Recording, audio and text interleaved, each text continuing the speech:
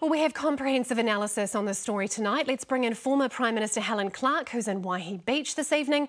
We're also joined by Professor of International Relations Robert Patman in Dunedin.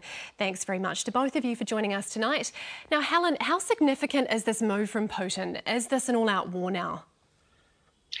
It depends what his endpoint is, and I think he can calibrate up and down depending on what he thinks he'll get away with.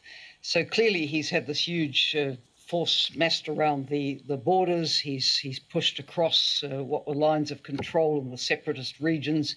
He's launched an attack on Ukraine's military assets. That's where most of these bombs seem to be targeted. So it's the naval fleets, it's the port cities, it's the airfields and the military assets.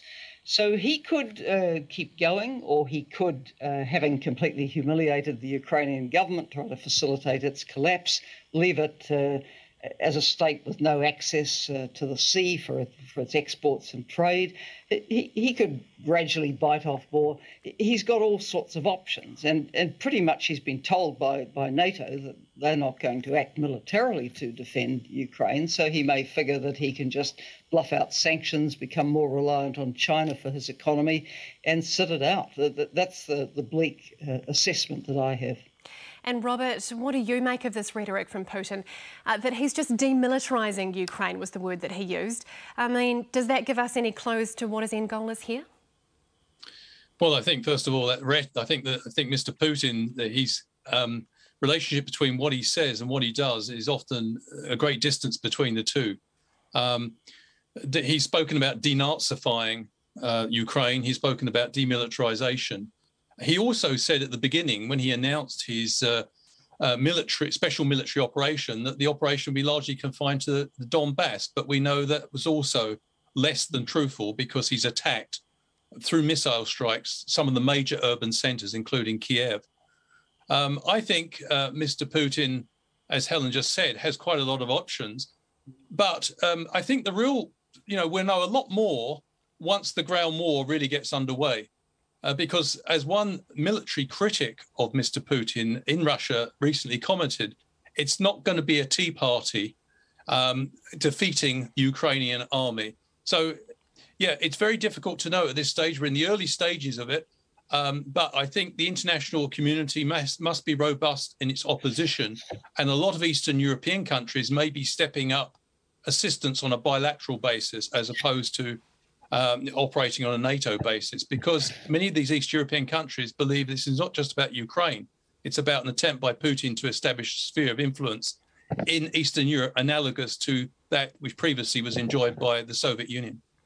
Now, Helen, on that point from Robert, I mean, the UK and the US have already brought in sanctions targeting banks, infrastructure, targeting Russian oligarchs. They're set to announce more soon. We haven't done anything apart from condemning this attack. Now, our law only allows us to rely on the United Nations approval process to impose any meaningful sanctions here. Do you think it's time to change that law so that we can put sanctions on Russia? Well, I haven't followed that debate here particularly closely. I'm aware there's an opposition member's bill, I think, that proposes that.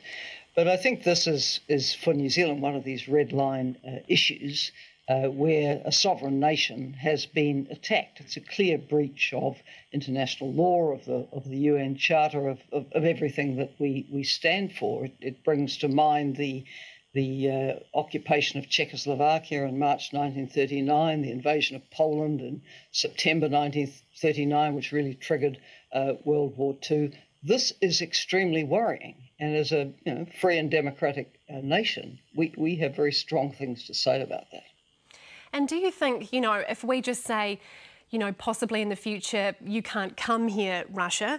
I mean, don't we send the message that it's just okay to trample over the right of Ukraine to maintain its border? I don't think anyone would take that from what New Zealand is saying, or indeed from what Western countries are saying. But clearly Mr. Putin's a man on a mission. He's on the record as saying that for him, one of the greatest tragedies of the 20th century, or the greatest tragedy, was the demise of the Soviet Union. And one way or another, he's trying to, I think, recreate that in some form.